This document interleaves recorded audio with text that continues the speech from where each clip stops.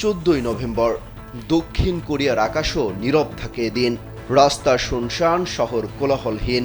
কারণ এই দিনটিতে দক্ষিণ কোরিয়া অনুষ্ঠিত হয় বিশ্বের সবচেয়ে কঠিন ভর্তি পরীক্ষা। টানা 8 ঘন্টা ধরে চলে পরীক্ষা। এই একদিনের জন্য পুরো দক্ষিণ কোরিয়া থমকে যায়, যাতে পরীক্ষার্থীরা নির্বিঘ্নে তাদের ভবিষ্যৎ নির্ধারণে মনোযোগ দিতে পারেন।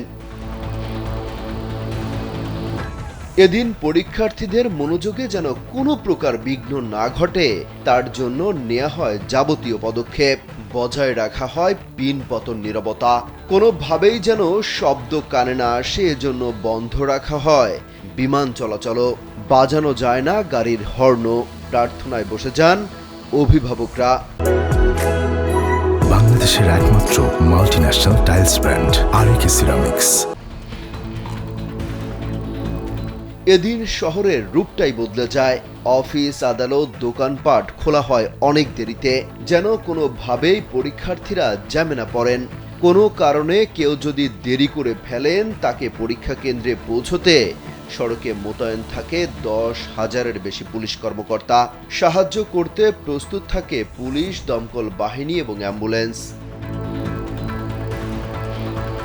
শিক্ষার্থীদের সবচেয়ে গুরুত্বপূর্ণ বিশ্ববিদ্যালয় ভর্তি পরীক্ষা স্কলাস্টিক অ্যাবিলিটি টেস্ট বা সিএসএটি, যা শুধু পরীক্ষার্থীদের জন্য নয়, বরং পুরো জাতির জন্য এক বিশাল মাইলফলক। বলা হয় কোনো পরীক্ষার্থীর জীবন আসলে কেমন হবে তা নির্ধারিত হয় এই পরীক্ষার মাধ্যমে। এজন্য প্রশ্ন তৈরি থেকে শুরু করে খাতা দেখা সবই হয় কঠোর নিরাপত্তা ও গোপনীয়তা মেনে। সবচেয়ে অবাক করা বিষয় হলো, প্রশ্ন যারা তৈরি করবেন তাদেরকে নিয়ে রাখা হয় গোপন এক আস্তানায়। সেখানে সুযোগ নেই মোবাইল নেয়ার কিংবা বাইরের কারোর সাথে যোগাযোগ করার। এরপর খাতা দেখা পর্যন্ত তাদেরকে সেখানেই আটকে রাখা হয়।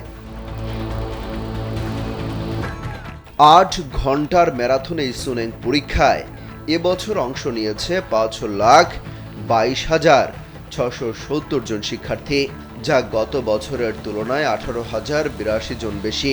সারা দেশে 1,282টি কেন্দ্রে 8 ঘন্টার এই পরীক্ষা অনুষ্ঠিত হয়।